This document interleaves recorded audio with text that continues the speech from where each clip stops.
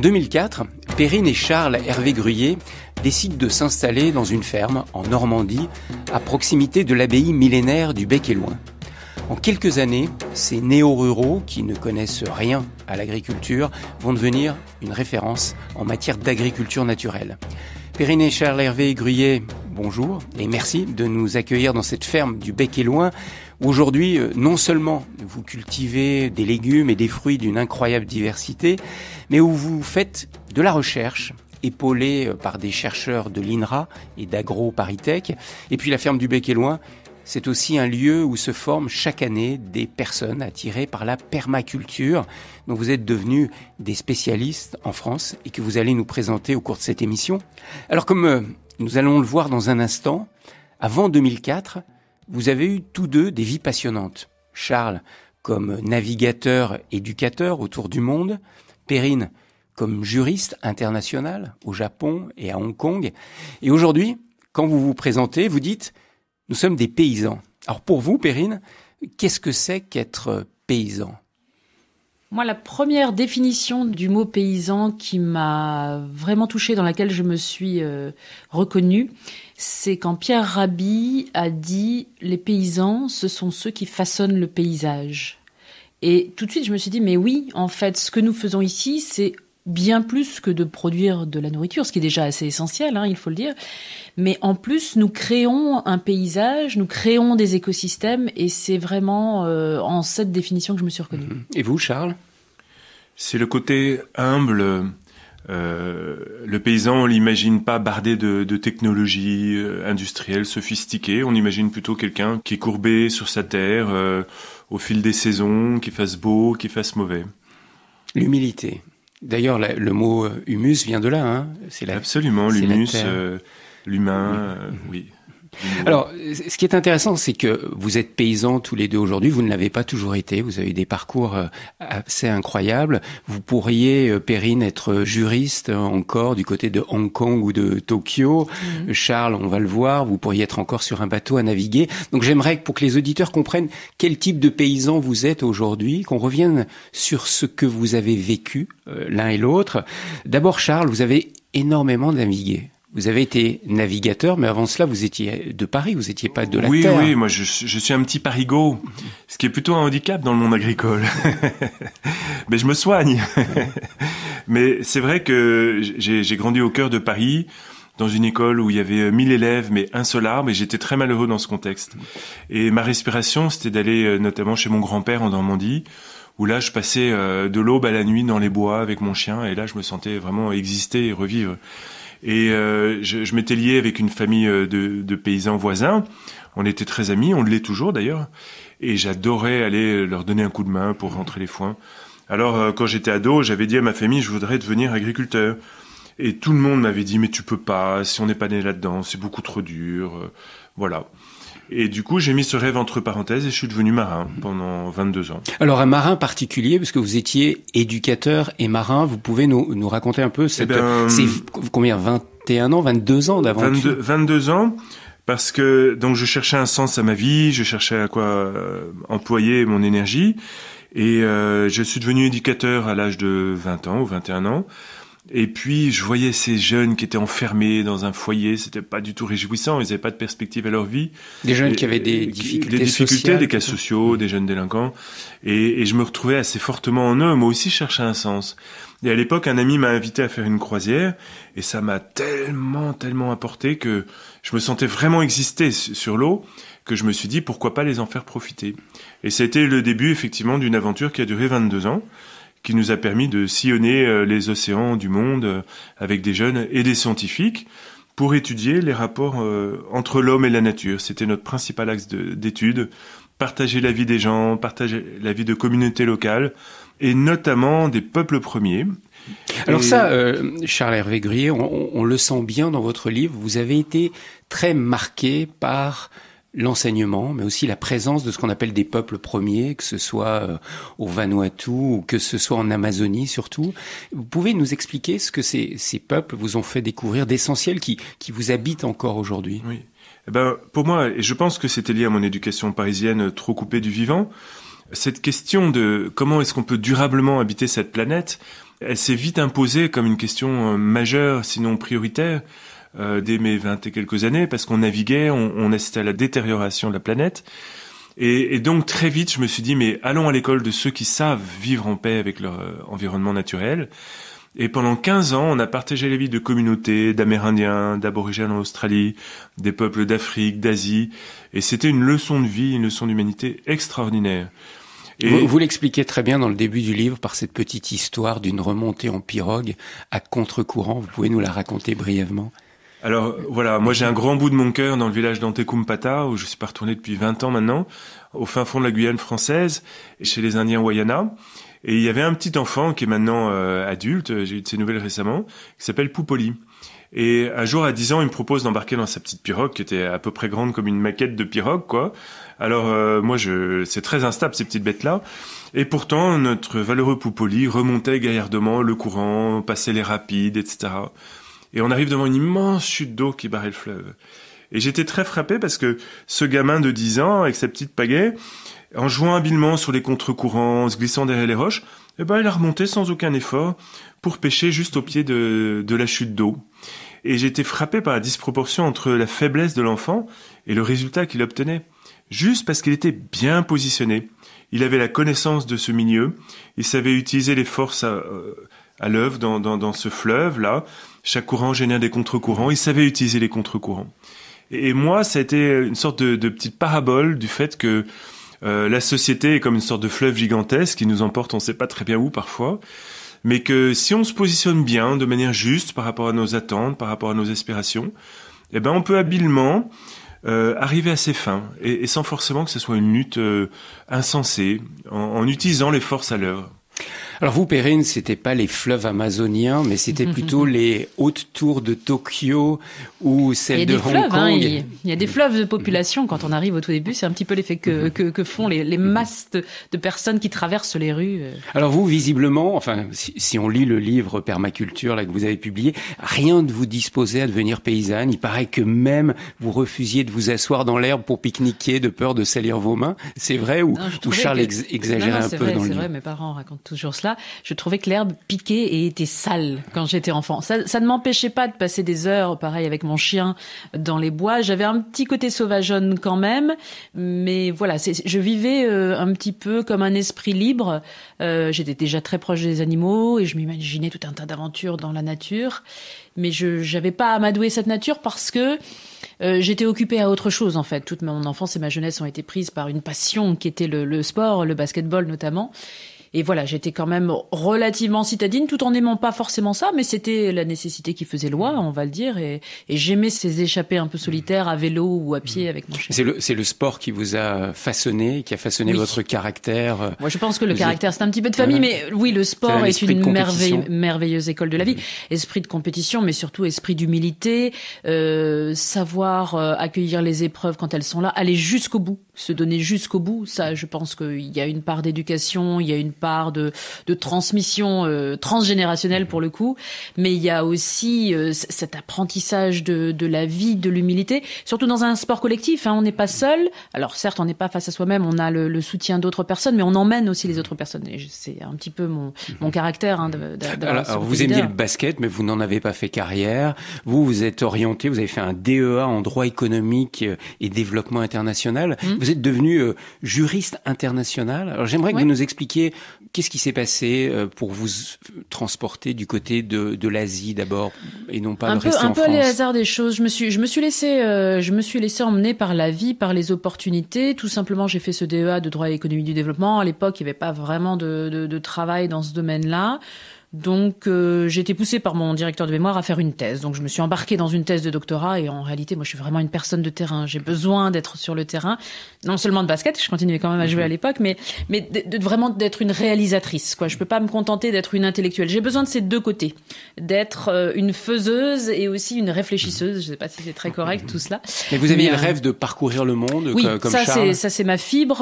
Moi je suis issue, je suis une 3e génération de migrants italiens. Alors c'est peut-être ça qui me rattrape m'attrape, mais ma fibre est complètement dans la découverte de l'autre culture, de l'autre langue. J'adore ça. Aller à l'étranger, mais pas aller à l'étranger pour visiter comme une touriste. C'est très frustrant ça pour moi. Vivre à l'étranger, parler la langue étrangère, partager un repas avec d'autres personnes, voir comment ils vivent au quotidien. C'est ça qui me fascine dans les autres. Et donc le Japon s'est fait tout à fait par hasard. Je faisais un petit peu semblant de faire ma thèse et vraiment il fallait que je parte. Et j'ai trouvé une opportunité pour partir au Japon. Je partais à l'origine pour 6 mois. Et puis j'y suis restée quasiment 4 ans. L'opportunité a fait que j'ai trouvé un emploi dans un cabinet d'avocats à Tokyo, ce qui est quand même pas banal. Un cabinet qui était spécialisé en affaires franco-japonaises notamment. Et puis voilà, ça a été une fabuleuse expérience pour moi. J'avais pas véritablement d'attirance pour l'Asie au départ. C'était plutôt l'Afrique, un petit peu ma spécialité. Et pour autant, j'ai découvert un peuple absolument fascinant, difficile à comprendre, je pense. Déjà, il y a la philosophie ilaise, mais voilà, c'était une grande période de ma vie. Visage, RCF.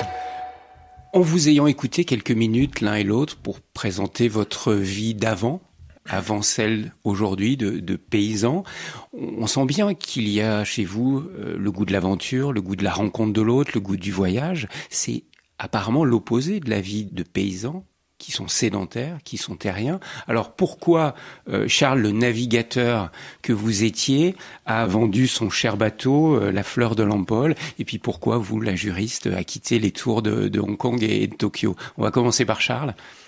Je dirais qu'au bout de 22 ans, j'avais vraiment l'impression d'être arrivé au bout d'un cycle. J'avais mes 2 premières filles, un divorce, je faisais perpétuellement la navette entre le bateau, des avions, Paris, l'île-dieu où j'habitais.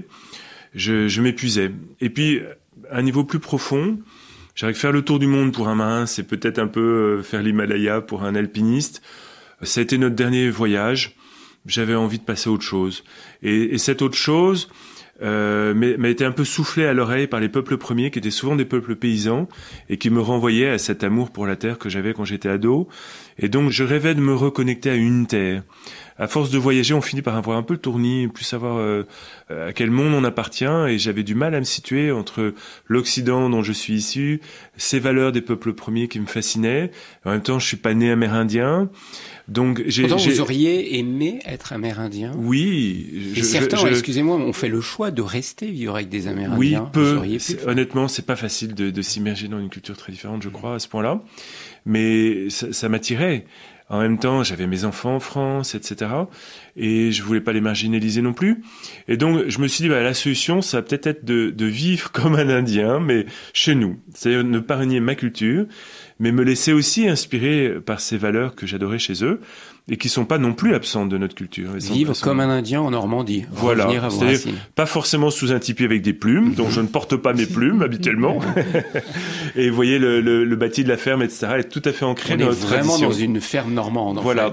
Mais en même temps, cette ferme est fort différente des autres fermes normandes, même si le bâti, les pommiers sont là, les colombages, les toits de chaume. Et c'est ça qui a fait que la ferme est différente, je crois. C'est une synthèse entre ce que j'avais pu glaner dans ces expériences tout autour du monde et puis notre culture à nous. Et alors vous, Perrine, parce que vous pourriez être juriste à Tokyo, passionné par le zen ou l'ikebana, et vous avez fait le choix de devenir paysanne ici en Normandie. Alors sans doute pourrais-je vivre ailleurs, ça effectivement. Être juriste, je ne pense pas. J'étais très contente d'avoir vécu cette première carrière, cette première vie professionnelle. Intellectuellement, cela satisfaisait vraiment tous mes besoins, toutes mes envies, mais il me manquait un sens. Et j'étais véritablement en quête de sens quand je suis revenue passer quelques mois en France pour me reposer, voir ma famille. Et c'est là que j'ai rencontré Charles. Et il a fallu prendre une décision qui a été assez terrible pour moi, parce que cela veut dire poser mes bagages en France, ne plus repartir. Donc ça a été véritablement compliqué pour moi parce que je suis vraiment faite pour vivre ailleurs, quoi. C'est évident. J'adore mon pays, il n'y a pas de méprise là-dessus. Je trouve que c'est un pays extrêmement riche dans lequel on a un potentiel énorme et on ne le sait pas. Et quand on voyage un petit peu, on s'en rend un peu plus compte. Mais donc, il a fallu poser ses valises et à partir de là, réinventer notre vie. Et je crois que le point que nous avons en commun, c'est d'être, si ce n'est idéaliste, en tout cas, deux personnes qui ont l'ambition de vivre des rêves et de poursuivre quand même un idéal et de faire leur part.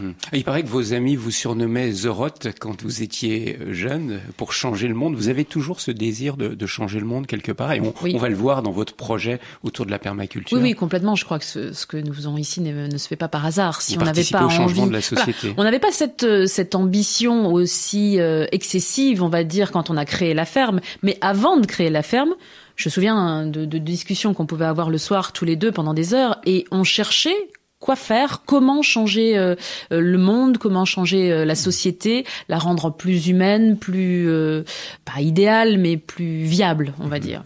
Mais alors, comment est née chez vous deux, Perrine et Charles-Hervé Gruyer, cette décision de vous installer ici, sur cette terre, et de devenir paysan, de créer cette ferme, et puis après on le verra, de développer la permaculture dont vous êtes aujourd'hui des représentants?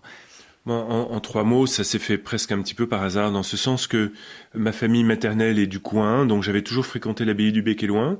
J'avais fait des retraites quand j'étais ado, et j'habitais l'Île-Dieu, qui était trop loin de l'endroit où vivaient mes filles, donc je faisais la navette chaque semaine, et je souhaitais me rapprocher de Paris, mais si possible pas vivre complètement à Paris. Donc un jour, j'ai fait un stage de peinture d'icônes à l'abbaye, et je me suis dit, mais finalement, le Bec-et-Loing, cette vallée est magnifique, j'ai toujours aimé ce lieu, il y a une sorte de paix dans cette vallée. Et j'ai cherché une maison, et 3 jours après, j'ai acheté cette petite chaumière qui était misérable et qu'on a totalement refaite, en fait. Et moi, je n'étais pas arrivée dans sa vie à ce moment-là. Donc, je suis arrivée dans un lieu qui était choisi, mais plutôt bien choisi, je dois dire. Et j'ai toujours été frappée par l'énergie, et il y a un côté un petit peu à part dans cette vallée. On sent vraiment le poids de l'histoire, mais de façon positive, le poids de l'histoire avec la naissance de l'abbaye il y a des centaines d'années, et je sais pas, quelque chose de sacré, un petit peu. Mais ce que vous nous décrivez là, c'est le rêve qu'ont eu beaucoup de personnes dans les années 60, le retour à la terre, les néo-ruraux, comme on les appelle, on en voit beaucoup en Ardèche, dans les Cévennes. Est-ce que vous vous enraciniez dans cette tradition-là Non, je peux dire, de certains hippies qui retournent à la terre? Pas du tout. Je dirais que on a suivi notre cœur, voilà. Moi, je sortais de 22 ans majoritairement à l'étranger ou totalement investi dans mon bateau.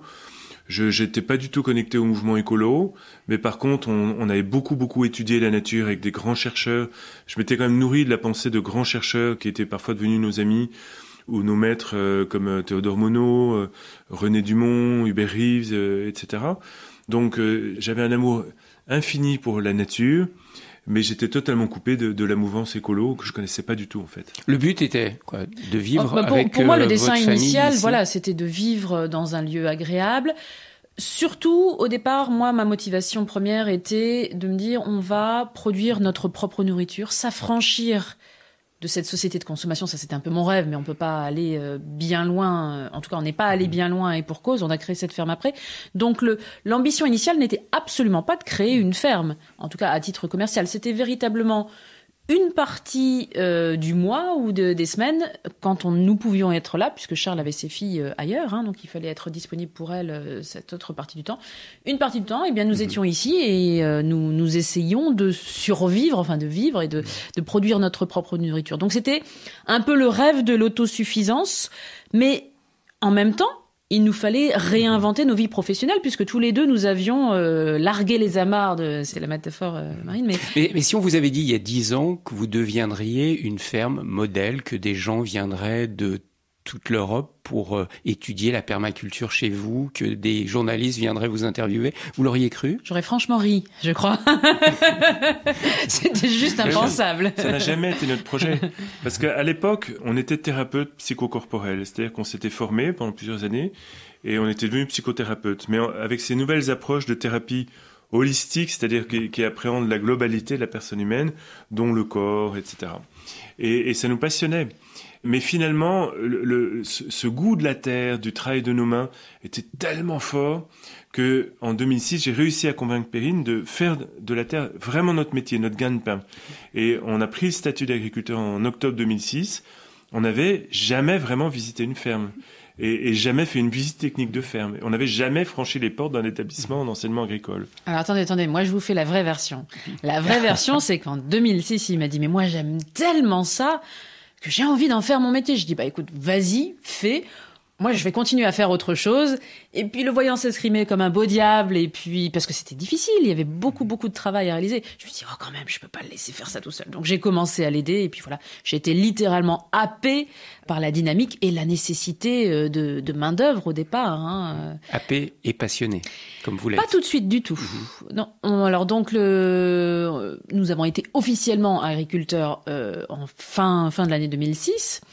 Première saison, printemps 2007, K1, KA, intéressante, mais nous étions très néophytes, donc avec beaucoup d'erreurs, beaucoup d'approximations. Et puis, fin 2008, c'est là que nous avons découvert complètement par hasard la permaculture. Et là, l'histoire a tourné.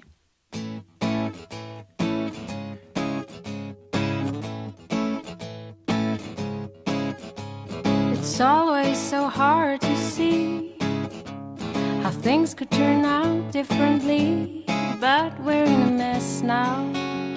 I feel that we're facing a wall. Fight it out, wipe out the wrong. Fight for us, we must go on. The whole world is on hold now. I feel that we're facing a storm. See the final show now.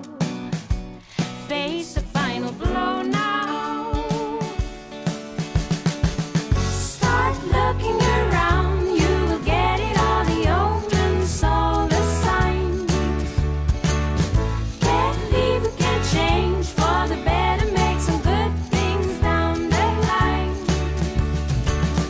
For tomorrow will reap what we sow today. Tomorrow will be if we change.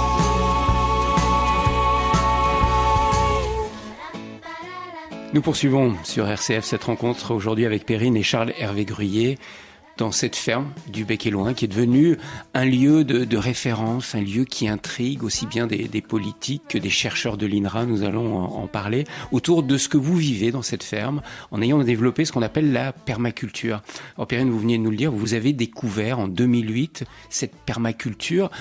Un mot bien mystérieux pour beaucoup de gens qui nous entendent. Pour vous, vous l'écrivez, ça a été une révélation. Complètement, oui. Alors, pourquoi ? Qu'est-ce que c'est que la permaculture, simplement ? Alors la permaculture, c'est tellement simple qu'on a souvent beaucoup de mal à l'expliquer. Si je devais la résumer en un synonyme, ce serait du bon sens. Mais du bon sens appliqué à quoi ? En fait, la permaculture, sont des Australiens qui ont mis au point ce concept de permaculture qui vient de deux mots, permanent agriculture au départ, et puis ça s'est terminé en permanent culture, donc culture permanente. Et ce qu'ils ont fait n'est autre qu'une synthèse de bonnes pratiques quasi ancestrales pour la plupart, certes fortement dédiées à l'agriculture, parce que ces deux personnes, Bill Mollison et David Holmgren, avaient beaucoup étudié les écosystèmes à l'état naturel. Alors ça peut être un peu un pléonasme, mais un écosystème non modifié par l'homme.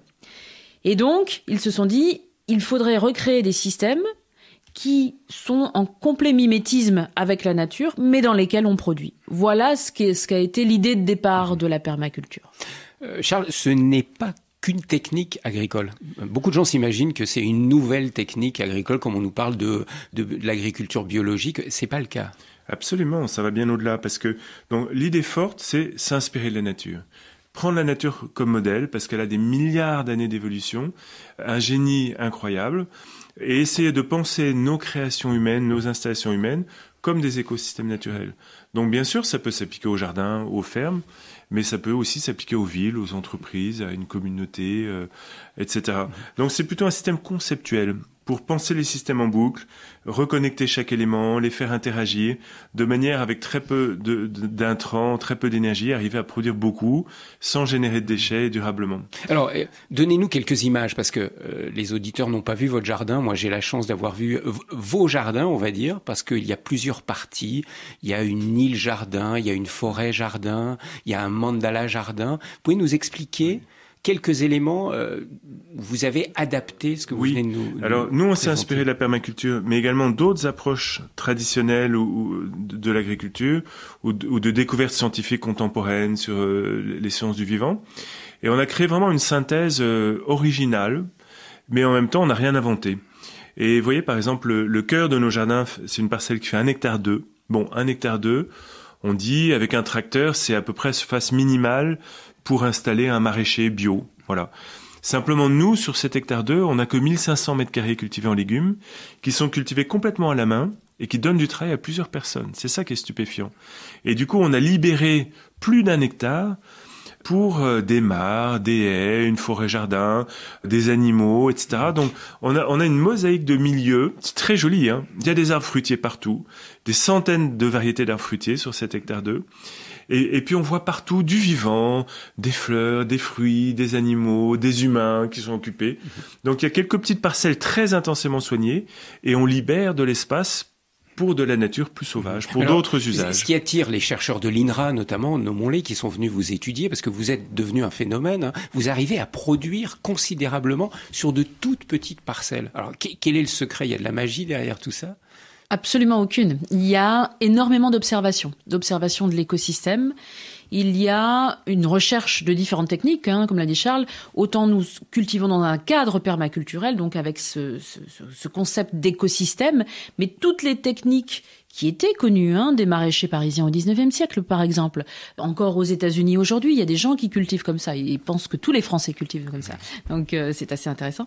Toutes ces techniques qui ont fait leurs preuves avant la mécanisation, eh bien, nous, qu'est-ce qu'on a fait? On est allé s'en inspirer. On a fait notre propre synthèse qui a fait que cela fonctionne. C'est alors, là où vous passez beaucoup de temps sur Internet aussi, Perrine. Il faut le dire. Voilà, c'est pas un retour vers le Moyen-Âge. Vous utilisez les moyens modernes. Mais bien évidemment, on a des ordinateurs, on se nourrit énormément des réseaux sociaux, d'Internet. Et même si à l'époque, quand nous avons commencé, il y avait très peu d'informations. Donc, par chance, nous avons pu contribuer à faire émerger certains ouvrages, comme les anciens ouvrages des maraîchers du 19e siècle, qui sont revenus sur les étals des libraires de façon très heureuse. Mais tout cela a fait que, en voulant travailler de façon manuelle, en voulant respecter la nature et donc l'environnement, et en voulant même limiter, en densifiant au maximum les cultures, en protégeant le sol comme il l'est toujours dans la nature, en créant de l'humus, hein, ça c'est vraiment ce qu'on sait de la nature. Vous êtes très attentif au sol, à la qualité des sols. Essentiellement au sol. Et on est, pour ce faire, à contre-courant avec l'agriculture qu'on pourrait appeler industrielle de l'après-guerre, qui s'est focalisée sur le végétal. Si le végétal est malade, on lui balance des pesticides ou des fongicides. S'il a besoin de pousser un peu plus, on lui met des engrais de synthèse. Et si les plantes autochtones, qui par définition vont mieux pousser puisqu'elles sont adaptées au milieu, l'embêtent, eh ben on va lui mettre des herbicides. Mais on a oublié qu'il y avait un substrat qui s'appelle le sol et qui est essentiel. Mais c'est pour ça que vous êtes vraiment à l'opposé de l'agriculture classique, on va dire traditionnelle, actuelle. Par exemple, on peut utiliser l'expression chez vous, small is beautiful, hein, quoi. Ce qui est petit est vraiment beau. Vous encouragez à travailler sur des petites surfaces, ce qui est complètement l'opposé de l'agriculture intensive. Quelque part, en fait, ça a été une aventure extraordinairement passionnante, y compris sur le plan cognitif. Et finalement, on a suivi notre élan. Et puis, après coup, on a cherché à comprendre, mais qu'est-ce qui caractérisait ce parcours? Parce que, finalement, on est sorti de la boîte, quoi. Comme disaient les anglo-saxons. On a fait plusieurs pas de côté par rapport à l'approche dominante. Et ça nous a mené à chercher des sources d'inspiration qui n'intéressaient personne. Globalement, s'inspirer du monde vivant, de la nature, ça n'intéresse pas du tout l'agriculture d'aujourd'hui. Donc, alors que nous, on a pris la nature comme modèle. Et on s'est aussi inspiré de techniques plurimillénaires venant des peuples du Sud. Or, nous, occidentaux, on a toujours méprisé les peuples du Sud. On a toujours pensé qu'on était bien meilleurs qu'eux. Et là, les peuples du Sud nous ont légué des techniques comme la culture sur des buttes permanentes ou la forêt-jardin, qui sont des pures merveilles de productivité et de durabilité selon des processus totalement naturels. Alors, Charles Hervé Gruyer, je sais que vous travaillez justement sur la publication d'un gros livre où vous allez expliquer toutes vos techniques. C'est pas les techniques, moi, qui m'intéressent dans le cadre de cette émission Visage, vous vous en doutez bien, mais c'est, je dirais, quelque chose de plus profond qui vous habite, qui est le fruit de toute votre expérience. Et dans votre livre, j'ai lu ceci. Notre manière de façonner les paysages que nous habitons reflète nos paysages intérieurs. L'écologie commence au fond de nous, elle est spirituelle. Alors, qu'est-ce que vous voulez dire en écrivant cela? Cette phrase nous habite totalement, parce que je pense que fondamentalement, c'est pas les techniques effectivement qui comptent, c'est notre intention. C'est quel but est-ce qu'on poursuit en tant qu'être humain, quel sens on veut donner à notre passage, à ces quelques années qu'on passe sur cette terre. Et est-ce que notre activité de paysan, à notre mort, on va laisser une terre appauvrie, polluée par des pesticides et beaucoup moins de matière organique? Ou est-ce qu'au contraire, on aura contribué à rendre le monde plus beau, plus vivant, plus durable pour les générations futures, vous voyez. Et donc, nous, on était nourris d'abord de ce désir de vivre comme les Indiens, si je puis dire, c'est-à-dire qu'on était inspirés par cette pensée des peuples premiers. Qui sont en communion avec la nature. Voilà, et qui disent, il n'y a pas l'homme d'un côté, la nature de l'autre, tout est un. Tout est un. Si je dégrade mon environnement naturel, je me dégrade. Et nous, quand on a créé cette ferme, notre souhait, c'était de chercher la beauté. Les gens sont souvent frappés par la beauté de la ferme, mais on met tout notre cœur à ce que la ferme soit la plus belle possible. On n'avait aucun désir d'être productif. Honnêtement, on a, même quand on a créé la ferme, on avait des économies de nos vies antérieures et on cherchait la beauté, l'harmonie, voilà. Donc, et c'est vrai, j'ai eu la chance de visiter le jardin ce matin, c'est la beauté. Voilà. C'est la beauté. On se dit, mais c'est un peu le paradis ici, des animaux qui se promènent. Mais ça fait 10 ans que les gens nous disent, mais c'est le paradis chez vous. Et on voit bien que chacun de nous a un besoin de reconnexion avec la nature qui est très important. Donc, on a commencé par rendre ce paysage plus vivant. On avait un mauvais herbage, il n'y avait pas un arbre, il n'y avait pas une mare. Et on a mis tous ces éléments que je vous ai décrits, des animaux, des arbres fruitiers, et c'est devenu super beau. Et quelque part, on a renaturé notre espace, et la nature nous a fait le cadeau de la productivité, de la durabilité. Alors on va parler productivité, économie, parce que c'est quand même une donnée importante quand on veut vivre de l'agriculture aujourd'hui, mais je resterai volontiers avec vous un peu sur l'aspect spirituel. Perrine, en quoi être jardinier est une démarche spirituelle, selon vous ? Pour moi, au-delà de la beauté que nous avons voulu créer dans cet espace, c'est avant tout presque, je dirais, la communion avec les éléments qui m'a beaucoup étonnée. Je fantasmais un petit peu en entendant les récits de Charles sur les peuples autochtones et quelque chose en moi vibrait. Il y avait un petit peu de ce que je cherchais, cette fameuse quête dont je parlais tout à l'heure. Je crois qu'elle aboutissait, en tout cas pour un de ses cheminements, à cet endroit-là, la communion avec les éléments. Et c'est ce qui m'a beaucoup surprise, moi, au départ, dans cette vallée, c'est cette espèce d'énergie qui vous emplit, cette fusion qu'il peut y avoir avec l'environnement et que j'ai complètement retrouvée dans l'écosystème que nous avons créé. Et aujourd'hui encore, je me surprends, parce que c'est un lieu qui, aujourd'hui, est très visité, je me surprends de la capacité de ce lieu à absorber toutes les énergies, à accueillir un certain nombre de gens et de rester lui-même, de rester productif, de rester généreux, de rester beau, parce qu'il pourrait être dégradé, il pourrait être abîmé, on pourrait croire que les végétaux, à trop voir d'êtres humains, à être piétinés, etc., pourraient en pâtir. Mais non, donc il y a quelque chose de l'ordre du non tangible que moi je mets sur le compte de la spiritualité, des énergies, on l'appelle comme on veut, mais il y a quelque chose, oui. Pour vous, spirituellement, Charles Hervé Gruyer, je le vois, je suis chez vous, il y a une petite Vierge et un Saint Joseph qu'on voit dans les crèches de Bethléem. Il y a à ma gauche une autre Vierge, un peu plus loin je vois une icône. Vous êtes à côté de l'abbaye du Bec-et-Loing. Vous êtes catholique ? Oui, on est catholique. On est catholique. Je pense qu'on est des catholiques nourris d'autres traditions également. La spiritualité des Amérindiens qui insiste tellement sur l'union du vivant m'a façonné. Je me suis aussi nourri beaucoup de la tradition de l'Inde, je me suis formé comme prof de yoga, j'ai fait des séjours dans des ashrams. Donc quelque part, en matière de spiritualité comme en matière d'agriculture, et au risque de choquer certains auditeurs, on essaie de prendre le meilleur de chaque tradition. Mais il n'empêche que nos racines, notre foi, sont enracinées dans la foi catholique, chrétienne, voilà. Si votre jardin intérieur est à l'image de votre jardin extérieur, il y a beaucoup de beauté. Ah bah non, mais ça, on y travaille. Je ne vous connais pas assez, mais en tous les cas... On y travaille constamment. Je dirais que si on cherche à créer un environnement beau, c'est parce qu'on aspire à la beauté, et c'est parce que justement, on voit tout ce qui est imparfait en nous et dans notre monde contemporain, donc on cherche juste à améliorer les choses, quoi. Mais vous dites, Charles, que l'abbé Pierre vous a beaucoup aidé, justement, à ne pas désespérer. Vous dites... Non, c'est l'abbé Pierre qui disait ça. Notre vieux monde agonise, certes, mais un nouveau monde est en train de naître. Ces quelques mots ont radicalement modifié ma perception. Absolument. J'ai lu ça dans un magazine. C'est une critique du dernier livre de l'abbé Pierre. Et ça m'a beaucoup frappé parce que, après avoir voyagé autant d'années, assisté à tant de problèmes, de drames environnementaux et sociétaux tout autour du monde, j'avoue, j'étais un peu pessimiste. Et en même temps, je pense que le pessimisme ne mène à rien, quoi. Et c'est vrai que cette phrase m'a vraiment éclairé.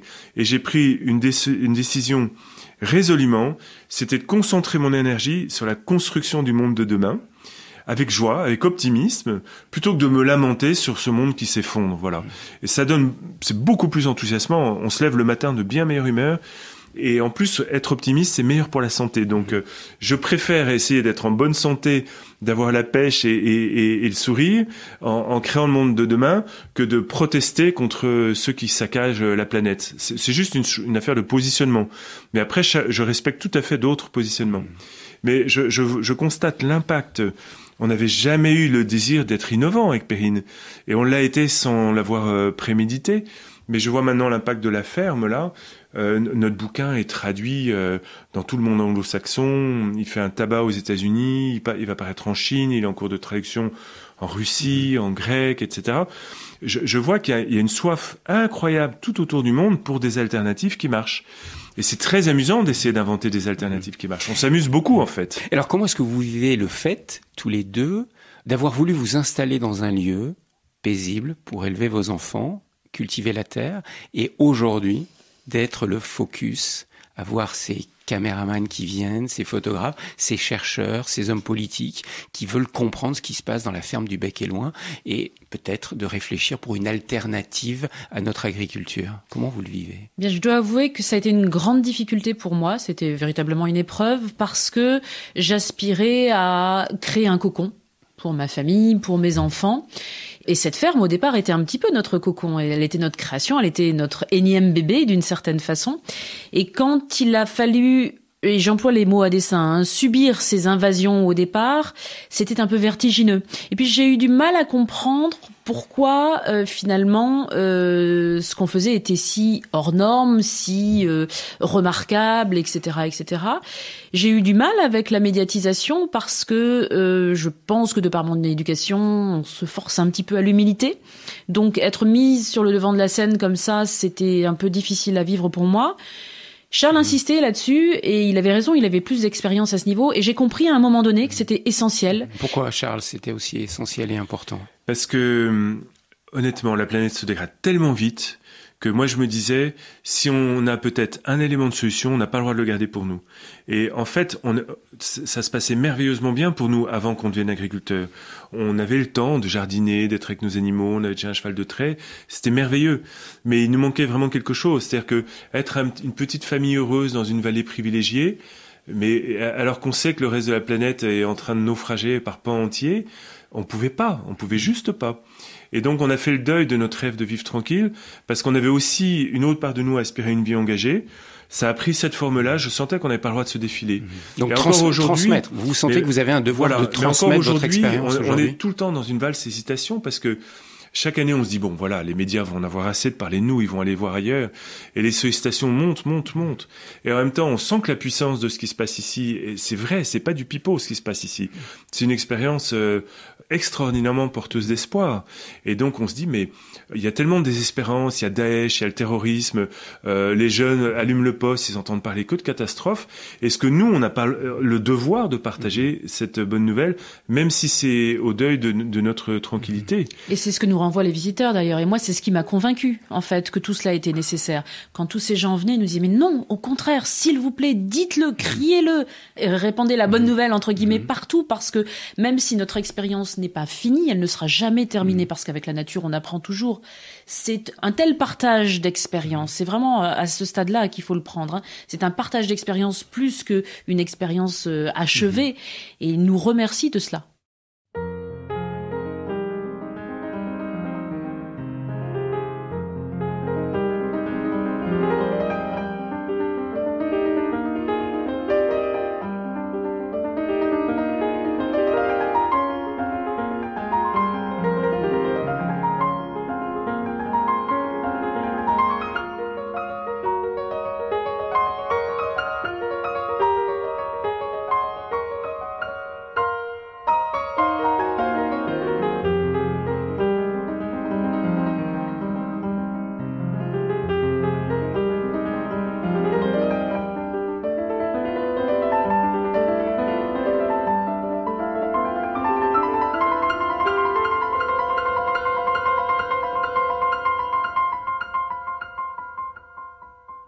Perrine et Charles Hervé Gruyet, à l'heure où nous parlons, Beaucoup de gens s'interrogent aujourd'hui sur l'avenir de l'agriculture, sur l'avenir de l'alimentation dans le monde. J'aimerais que vous nous donniez quelques exemples concrets de ce que vous vivez dans cette ferme et qui attire justement les observateurs.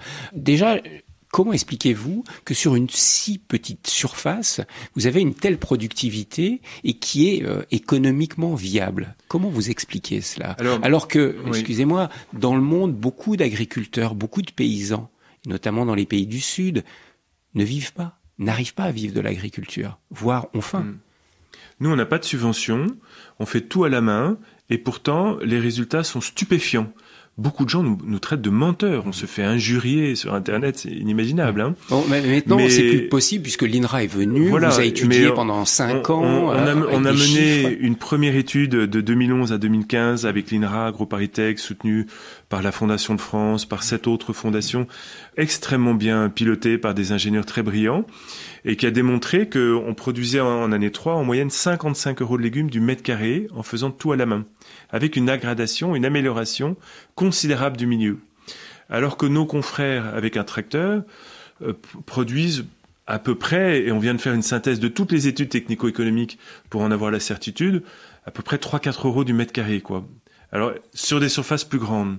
Donc, le chiffre d'affaires que nous, on génère sur un 10e d'hectare est sensiblement plus fort que ce que nos confrères, et c'est pas du tout pour dire on est meilleur, génèrent avec un tracteur sur 1 hectare, vous voyez.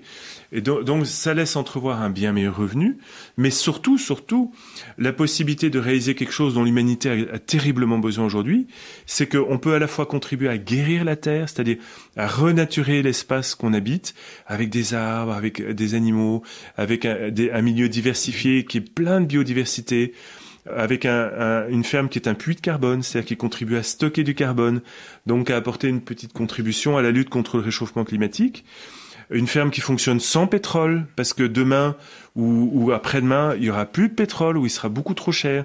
Donc l'agriculture devra apprendre à se passer de pétrole, vous voyez. Tout ça, c'est des enjeux déterminants. Donc nous, on est sur tous ces chantiers-là. Et actuellement, on est sur 5 projets de recherche scientifique différents. On a beaucoup de partenaires scientifiques et techniques au niveau européen. Et la ferme explore des voies que les institutions sont pas du tout capables d'explorer en interne parce que c'est trop d'avant-garde.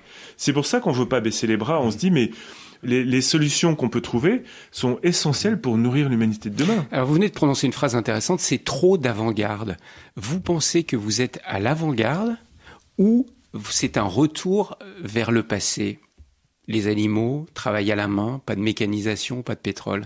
Non, ce n'est absolument pas un retour vers le passé parce que nous sommes au contraire au carrefour des bonnes pratiques qui, elles, ont à voir avec le passé, c'est effectif, mais aussi et surtout avec les dernières découvertes de la science, que ce soit relativement au sol.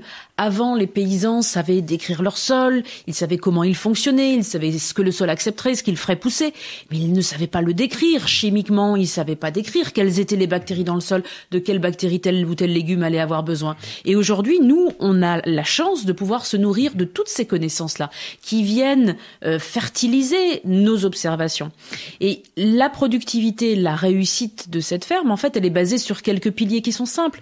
Nous sommes productifs parce que nous sommes petits. Nous serions sur une surface beaucoup plus grande à la main contre un tracteur à côté, nous serions complètement perdus et absolument pas performants. Nous sommes petits, donc nous pouvons observer avec grande attention tout ce qui se passe dans notre écosystème et utiliser les services rendus par l'écosystème. Et ça, c'est quelque chose qui a été complètement nié, voire oublié. Ces fameux services rendus par l'écosystème, c'est ce qui nous permet d'accroître la productivité. Et une dernière chose aussi, c'est cette attention quasi obsessionnelle portée au sol. Charles ? On cherche constamment à aller dans le sens de la vie. La vie est géniale. C'est la vie qui a raison. On habite la seule planète vivante connue. Et la vie sur cette planète est très ténue. C'est juste la biosphère, c'est une petite peau de vie autour de la planète, le sol et puis un peu ce qui se passe au-dessus, et guère plus. Et donc nous, on prend soin de la vie. On cherche constamment à aller dans le sens du vivant, à comprendre les forces de la vie et à créer le meilleur contexte pour qu'elle puisse s'exprimer. C'est pas étonnant que ça marche. Alors, est-ce qu'on peut dire, tous les deux, que vous êtes des utopistes, au sens noble du terme ? Mais oui, parce que les utopies sont tellement nécessaires. Utopisme mais réaliste. Voilà, on est des rêveurs pragmatiques. Je préfère peut-être le terme de rêveur pragmatique. On est très concret, on gère la dimension matérielle, c'est une entreprise, il y a 15 personnes sont rémunérées en permanence sur la ferme, donc il faut des sous, on gère ça. Mais en même temps, on suit une étoile. On suit une étoile, on se dit c'est pas pour nous qu'on bosse, quoi. Et on pourrait très bien vivre plus peinard. On bosse pour nos enfants, pour tous les enfants du monde de demain, pour qu'ils aient une belle planète, qu'ils aient quelque chose dans leur assiette et qu'ils ne soient pas obligés de s'entre-déchirer entre enfants du Nord, enfants du Sud, parce que il y a plus rien dans les pays du Sud, quoi. Voilà. On peut dire qu'il y a une visée politique aussi, parce que quand j'ai lu votre livre, notamment dans la dernière partie, ce livre donc Permaculture aux éditions Actes Sud, vous proposez de développer des micro-fermes à l'exemple de ce que vous vivez ici, mais de le faire à très grande échelle, et notamment pour lutter contre le chômage. Alors j'aimerais que vous nous parliez de ça. Le simple fait déjà, le simple acte de produire sa nourriture est un acte politique. Ça, c'est juste une évidence pour nous, et ça l'a été dès le départ. Ça n'est pas pour tous. Ça, Oui, mais c'est pour tous ceux qui ne l'ont pas pratiqué, ça, ils ne peuvent pas le comprendre. Mais une fois qu'on l'a fait, c'est juste évident. Après, cette vision d'essaimage que nous avons, elle est incontournable et elle est complètement logique quand on a parcouru le chemin que nous venons de parcourir ces 10 dernières années. Si on estime qu'aujourd'hui, des fermes de petite surface qui vont complètement à contre-courant avec l'agriculture que l'on dit moderne, sont productives, permettent de créer de l'emploi, des emplois rémunérés décemment dans une société dans laquelle les gens cherchent du sens, si nous aujourd'hui, ayant découvert ça, nous ne le partagions pas, il y aurait presque une accusation de non-assistance à personne en danger. Donc, selon vous, la création de petites fermes comme la vôtre à travers la France, mais à grande échelle, permettrait de changer l'économie et notamment de lutter contre le chômage. Mais vous donnez quelques chiffres, absolument. Charles, dans le livre. Mais, vous voyez, on est dans une toute petite vallée, dans une toute petite ferme, mais on est constamment relié au global et à toutes ces grandes questions de notre temps. La faim dans le monde, le réchauffement climatique, la perte des terres arables, le chômage, la santé, etc. Et donc, on réfléchit tout le temps aussi à grande échelle. Et pense globalement et agit localement, disait Schumacher, l'un des pionniers de l'écologie. Et donc, en fait, tous les présidents, tous les gouvernements, tous les partis politiques disent le chômage, c'est notre préoccupation number one. Et personne n'arrive à avoir un résultat. Pourquoi ? Parce que l'une des raisons, probablement, c'est qu'on oublie que depuis 1950, on a détruit 5,5 millions d'emplois dans l'agriculture française. Et on a actuellement, toutes catégories confondues, plus de 5,5 millions de chômeurs. Donc, on va subventionner, et ça représente 40% du budget de l'Europe, la PAC, c'est 40% du budget de l'Europe.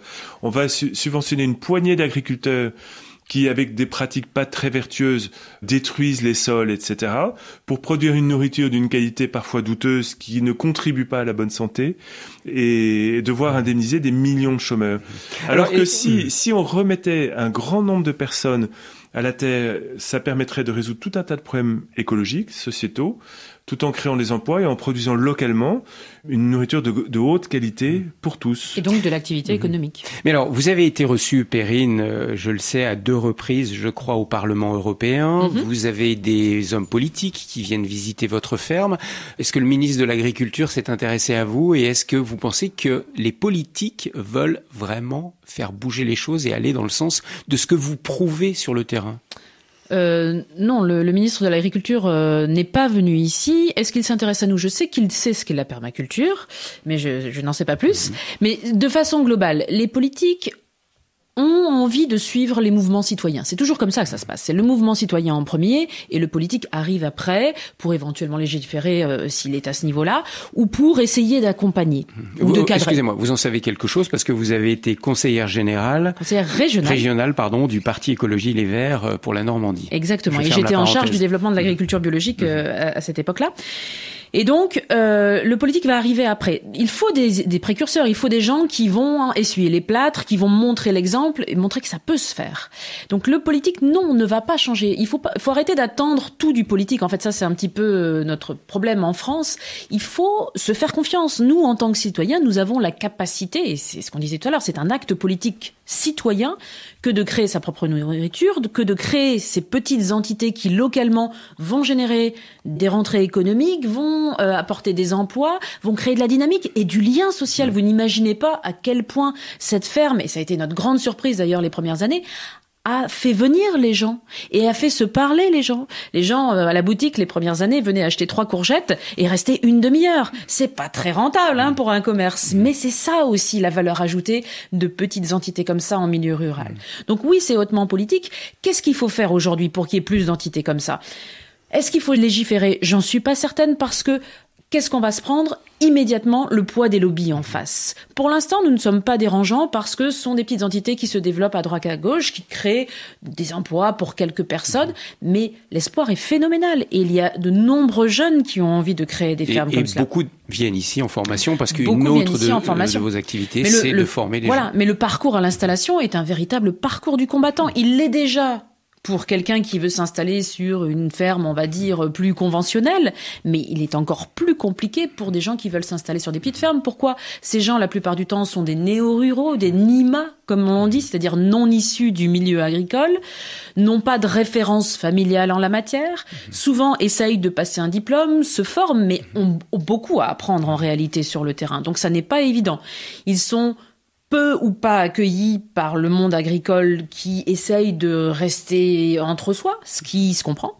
Donc c'est très très compliqué. Donc là où le politique peut intervenir, c'est essayer de créer cette petite étincelle localement qui fera dire au maire de telle commune « Ah, bah moi j'ai quelques hectares là, bah j'installe un jeune, je mets à disposition ces terres pour installer un jeune. » Et faisons un essai, ça va pas coûter très très cher. Mais ça ne lui coûtera rien. Et en plus, qu'est-ce que je vais faire ? Je vais prendre ces bons légumes cultivés par ce jeune qui s'installe, donc qui crée son emploi, pour aller nourrir les enfants de la commune. Qui pourrait lui en vouloir de mettre en place de telles politiques qui ne lui coûteraient quasiment rien ? On le voit en lisant votre livre, c'est un véritable programme de société que vous proposez. C'est un autre paradigme. En fait, je crois que on le voit tout le temps.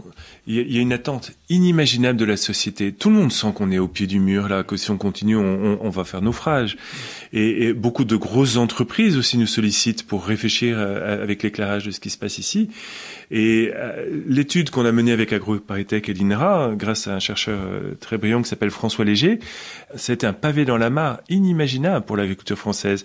À tel point que maintenant, les échos qu'on a des différentes chambres d'agriculture montrent que un pourcentage très important des projets de création de fermes s'inspirent des micro-fermes permaculturelles comme le Bec et Loing, en très peu d'années. Et là, le ministère de l'Agriculture vient de décider d'enseigner la permaculture à titre optionnel à partir de la rentrée de 2017. Et c'est Perrine qui les aide à construire les programmes. Voilà. Finalement, pour, je dirais, conclure cet entretien, Perrine et Charles-Hervé Gruyer, aujourd'hui, qu'est-ce qui donne vraiment du sens à votre vie après tout ce qu'on vient de dire ? C'est une histoire d'amour. On prend soin de la terre et elle prend soin de nous. Vous voyez, on est dans une démarche empathique. Et je dirais que si les agriculteurs réalisaient vraiment, je dirais, au plus profond d'eux-mêmes, qu'ils ont l'honneur et le privilège d'habiter la seule planète vivante connue, ils ne déverseraient pas des poisons dans leurs champs. La vie est tellement rare, déjà, sur notre planète, mais à l'échelle du cosmos, c'est infiniment rare. Les probabilités que la vie se développe sur cette Terre étaient infiniment rares. Et nous, on est les gardiens de cet habitat unique, vous voyez ? Et on déverse, les Américains déversent 80 kilos de poison par an et par habitant. Mais on peut plus quand on réalise à quel point la vie est sacrée. Et pour vous, Perrine, qu'est-ce qui donne du sens à votre vie aujourd'hui ? Je crois que le sens, c'est d'être véritablement en connexion. Alors, avec toute la création, à commencer par nos enfants, notre famille, etc., mais aussi avec cette nature. La sensation que l'on a au quotidien de faire corps, d'être en fusion finalement et en cohérence avec la nature est une sensation absolument exceptionnelle. Et moi, je suis ravie de la connaître aujourd'hui parce que les personnes qui n'ont pas connu ça, qui n'ont pas traversé ça, je pense qu'il y a un manque potentiellement. Donc c'est cette harmonie, cette synergie avec la nature qui est essentielle. Merci beaucoup à tous deux de m'avoir accueilli dans votre ferme ici au Bec et Loing. Je renvoie vraiment très sincèrement, parce que je me suis régalé en le lisant, à votre livre Permaculture, guérir la terre, nourrir les hommes, tel est le sous-titre, un livre publié aux éditions Actes Sud. Puis il y a eu beaucoup de phrases que j'ai soulignées, que j'ai retenues, mais je vais juste partager celle-ci en dernier. Souvenez-vous, l'agriculture permaculturelle est une agriculture de la connaissance. Vous n'avez pas besoin d'outils sophistiqués et coûteux, c'est en vous-même qu'il convient d'investir. Merci de nous inviter à investir en nous-mêmes. Merci beaucoup. Merci mille fois.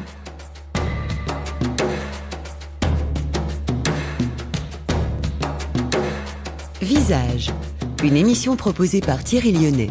Assistante de production Anne Guigard. Réalisation technique Philippe Faure.